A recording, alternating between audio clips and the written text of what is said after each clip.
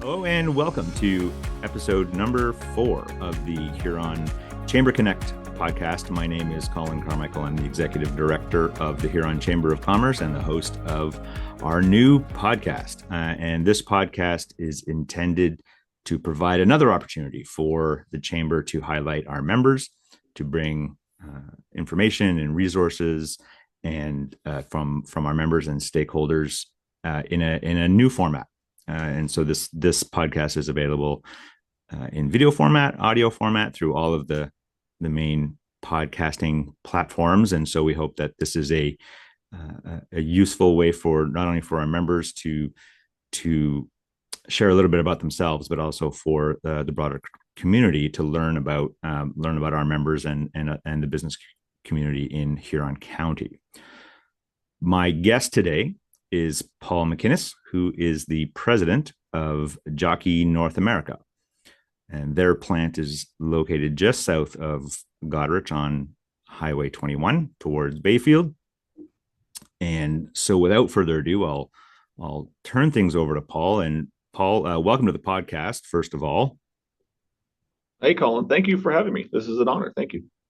Yeah, so we'll start off. Tell us a little bit about yourself, and then tell us a bit about Jokey. And I think, as we were saying just a few minutes ago off mic, that a lot of folks in Goderich still don't really know what that little factory in the south end of town does, and much less how to pronounce the name. So it is Jokey,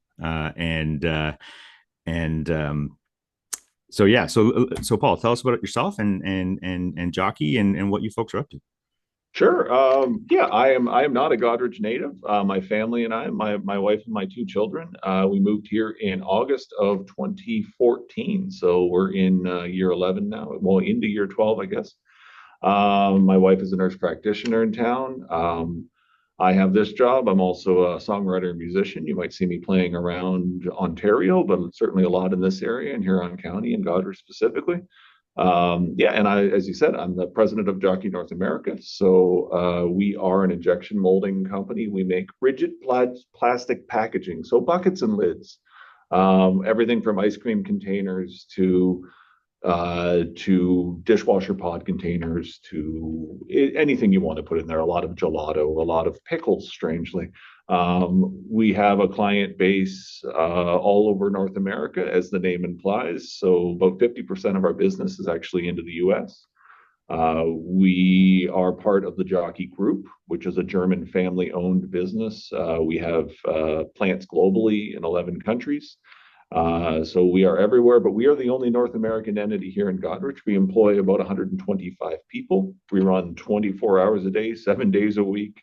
We are very, very busy, and we're growing. So we're happy to be here, and we're proud to be a part of this community. This is our 20th anniversary this year. So great time to be talking about this.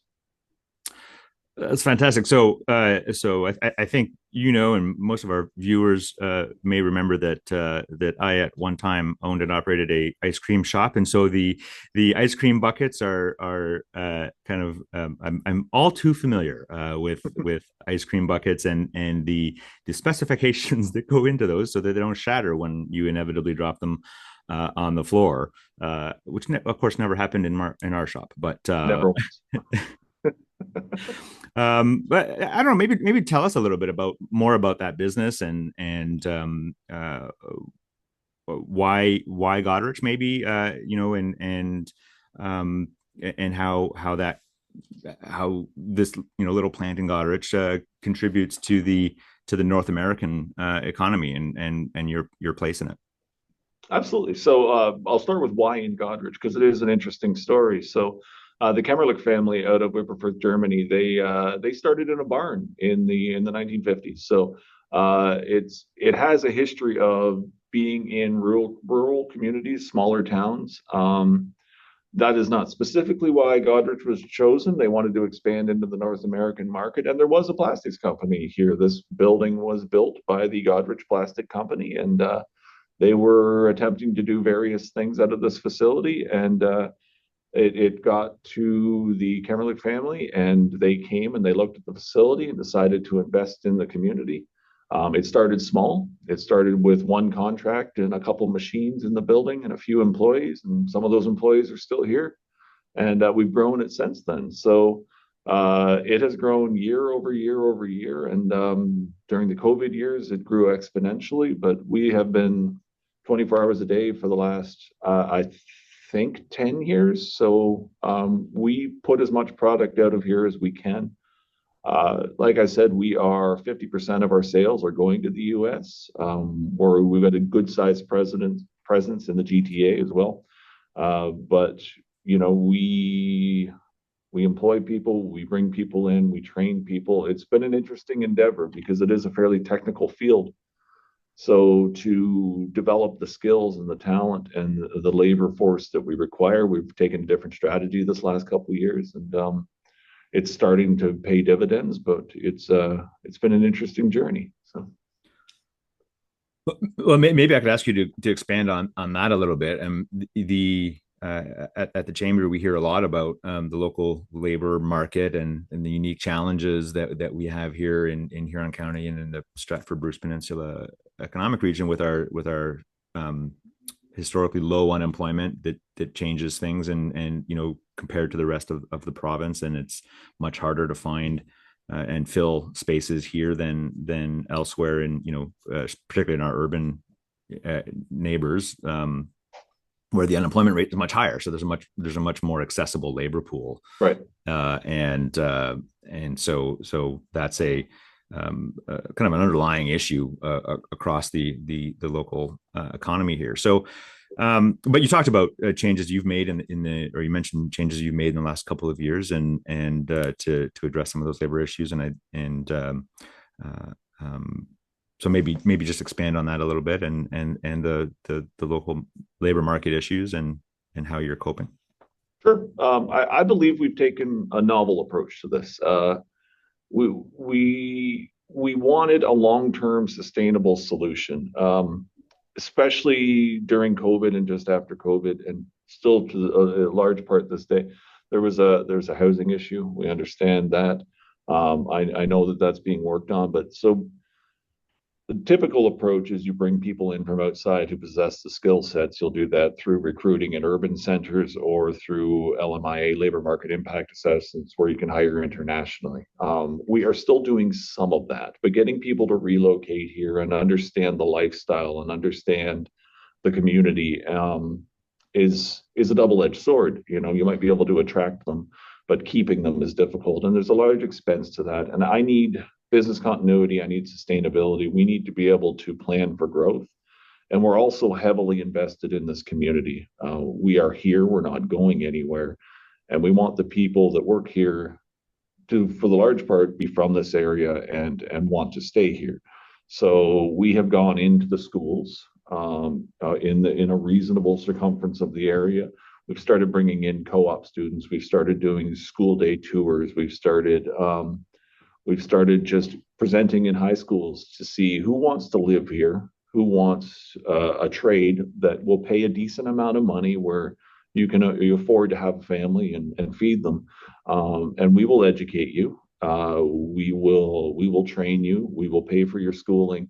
And we'll get you an apprenticeship and a certificate, and we'll help you through that process. And you know, it takes time. These are 2, 3, 4 year programs. If you want electricians and millwrights and mold makers and tool and die operators and CNC guys, but we're down that path, and we're starting to see more uptake. We're getting more buy-in from the schools. They're offering us their best and their brightest who want to stay in the community. We have the skills here. We lack some of the educational facilities, so we've been working with some of the colleges that offer some of the courses we want. If they can do some of the training on site here, we'll do a hybrid program. So we've been fairly successful. The schools want to work with us. They want to help us develop people.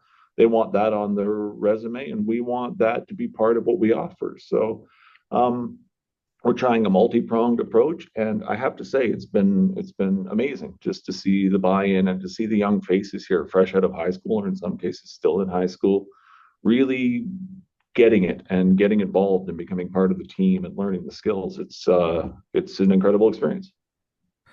Yeah, oddly, I think the you talked about the young people that you're able to bring in, and oddly, one of the kind of side benefits, I guess, of this low unemployment is that some of our um, uh, younger folks have opportunities to get experience here that they wouldn't be able to get in the city or even in other areas where there's higher unemployment. And so I know, I have four teenagers at home, and they talk about, even themselves and their friends, they're able to get employment experiences now that normally they wouldn't be able to access until you had to have in school, in a post-secondary program or apprenticeship or whatever, and then you might be lucky enough to get a co-op to be on a shop floor of doing something. And but because the labor market is so tight here, they're getting opportunities that they would normally be at the bottom of the list for. And so that's, I mean, it's interesting. It makes it tough on employers, obviously, because you're still short the higher skilled folks that you need. But it sounds like you're taking the long play approach, and developing from right from high school, and cultivating those workers from the beginning to try to keep them here. And of course, that's always in a rural area. You always want to try to keep your young folks from leaving.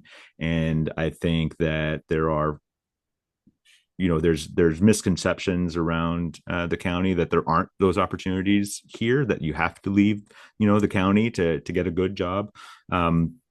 But obviously that's not the case, and so it's great that you're taking that approach too, to kind of cultivate. So we're recording this on August 1st. I believe it will be people will be listening to this about a week later. But I think people will expect us to address the elephant in the room, Paul, which is and you've already alluded to your business relying on the U.S. market. You said 50% of your business goes south. So let's talk about tariffs, and let's talk about the United States and our relationship with them, and the impact on the economy as you see it, and Jokey in particular, and Huron County, and because I think it's important for folks who maybe aren't directly affected by this situation, can only imagine what the impact is, and that may not be right, and so I think it's good for good opportunity for you and I to share with the listeners at home what's really happening, and what the impacts really are when President Trump does something like he did late last night, which was increase the tariffs on Canada from 25% to 35%, which is only a 10% increase, but it's still a significant tariff, and there's all kinds of details around that, around CUSMA, the free trade agreement, and those kinds of things, and the impact will vary across industries. But maybe just talk about the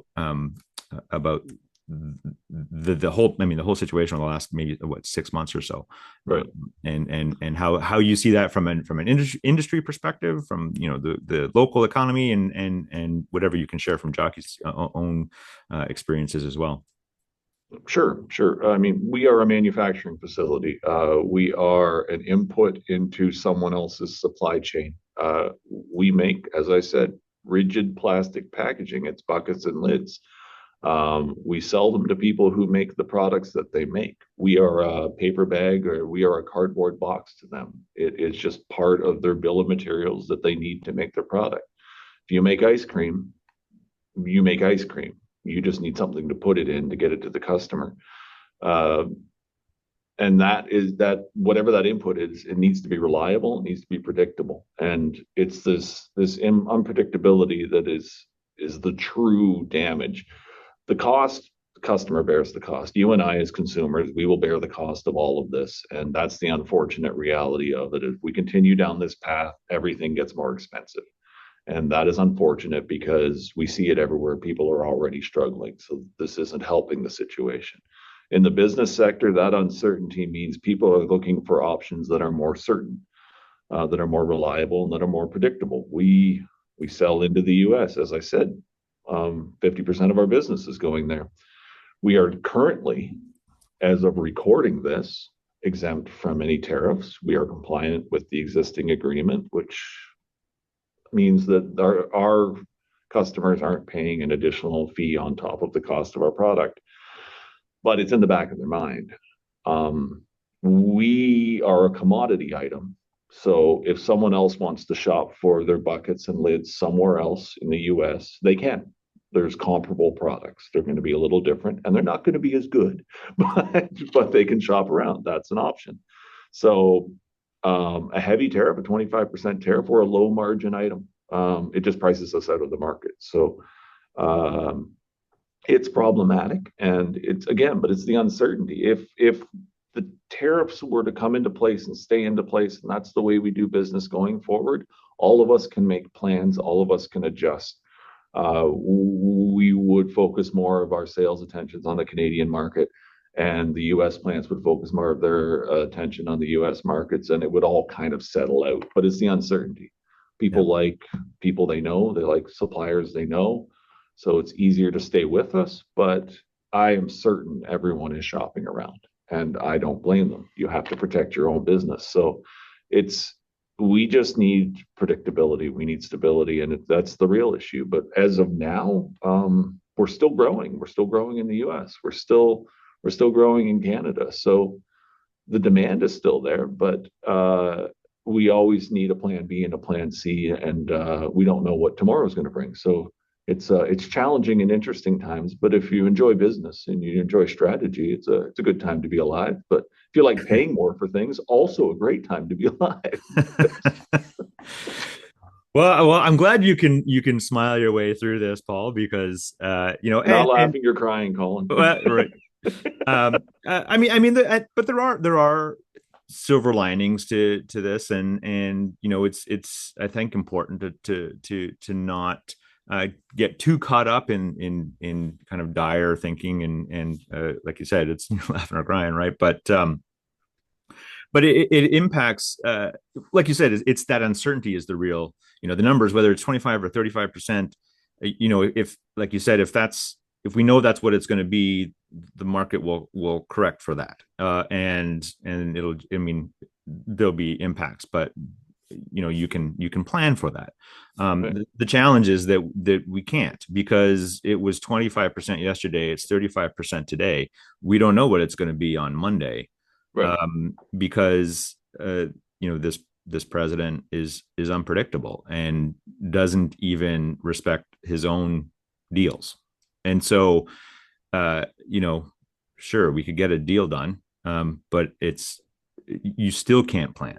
And that's the hardest thing, I think, for a business owner, is not being able to plan, not being able to make those exactly strategic decisions, not feeling like you can make that capital investment in your business that you were planning, whether it's a renovation or an expansion or inventory, even, because you don't you can't plan for what's coming. And so the last few guests on the podcast, Jeff Bauer, a couple of weeks ago, we talked about the impact on the real estate market, because even in their individual lives, that's a biggest purchase you'll ever make is a house. And if your job doesn't feel as secure as it did a few months ago, because you don't know what's happening, you're less likely to feel comfortable pulling the trigger on something that big. And even Kimberly Payne last week from the AMGH Foundation, in her strategic planning around capital campaigns, and they have this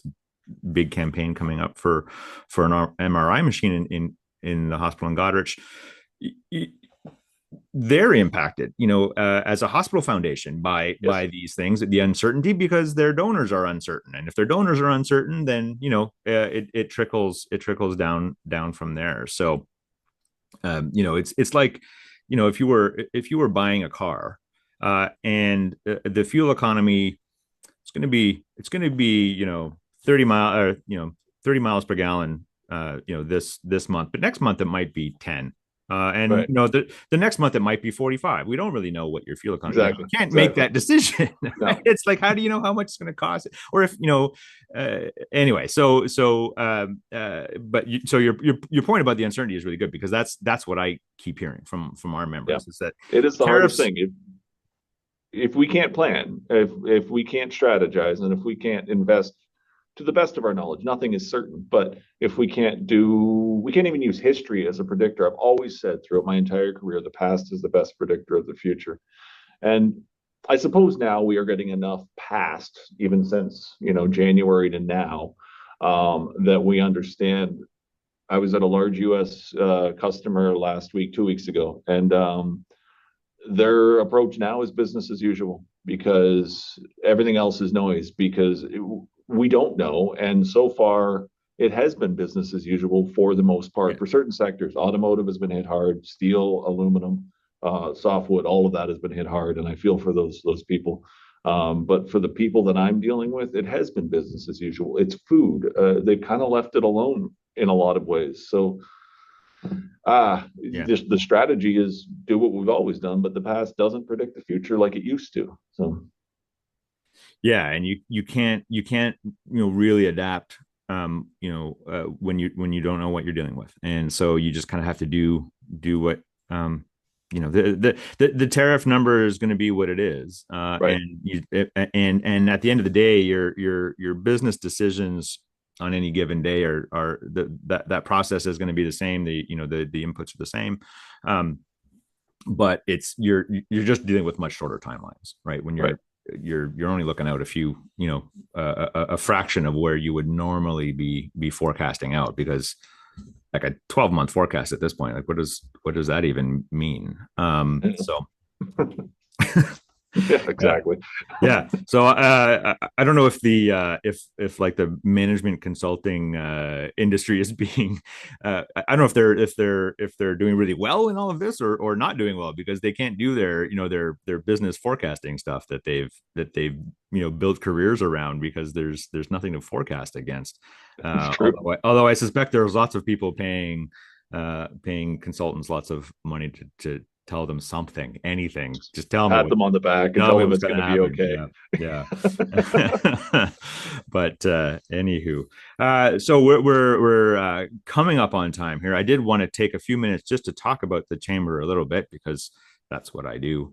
And I mean, obviously, I could do a 30-minute podcast episode just talking about the chamber, but I want to bring it up because Jokey has been a great supporter of the Huron Chamber of Commerce over the years, and whether that's sponsoring events, participating in the corporate challenge. I think your team was victorious last year and was unseated just a few months ago, or Yeah. this last Next month, I year's a guess. comeback. We're on the comeback. Yeah. So those rivalries are building, which They is are. great. And corporate challenges, that's just a fun day for everyone. And Jockey's been a great participant in that. So maybe just a few thoughts from you on Jockey's relationship with the chamber, and what you get out of a chamber membership, and why Jockey has decided to support the chamber in the ways that you do.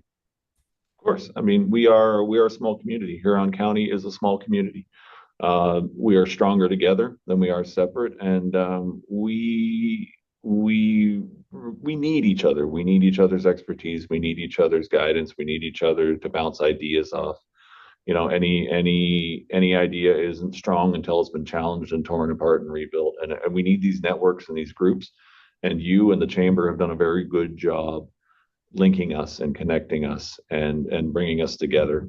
And also information. I mean, the information we get from the chamber about what's going on politically, locally and nationally and internationally, as well as giving us a forum to share. It is, we need more of this, not less of it. It's we, like I said, Jockey is invested in this community, and not just Goderich, but we have people from all over Huron County. We have people that drive quite a ways every day to come here, and so all those communities, we need to link together. We're only 60 some thousand people, right? So Mm-hmm. organizations like yours, like the chamber, they are necessary, and we have to foster them and support them so they continue to grow. That's my opinion on that. We appreciate no, and I mean, joking aside, we do appreciate all of our members and especially those who take a really active interest in participating in chamber events and some of your employees have been recently on other meetings that we've had around the economy and Yep. human resources. We have a new HR peer network that we've started up. That's a monthly, very informal virtual meetup for folks who are doing HR across the county, so your HR manager Rebecca has been was keen on that right from the beginning. One of the first ones to put her hand up and say, "Yeah, I want to do that." So it's those kinds of connections, right? That the chamber can make, and when we're trying to do as much as we can, and we rely, I'll throw this pitch out now in this context, is that we rely on our members to tell us what they need, and I can sit in my office and dream up all kinds of ideas like podcasts, but I rely on our members and you and I have had conversations in the past about different challenges and where the chamber might be able to assist, or even, like you said, make those connections. And so it's always great to have those active members. So I thank you for that, and I thank you for coming on the podcast and being in that first group of guests to help this podcast kind of get off the ground. And I hope it's of value to the members. I've enjoyed doing it so far, and I hope my guests have enjoyed it. And I think I have all the technical glitches figured out at this point, but I've probably just jinxed myself. But anyway, so Paul, thanks for coming on. I'll let you get back to your day, to figuring out what Mr. Trump is up to next. And I know I will bump into you at some point in the very near future at a chamber event or some other event in the community. That sounds great. Thanks again for having me, Colin. Really appreciate it, and thank you for letting me be part of this first group. I can say I was there when, right? So Right. that's great. Thanks a lot.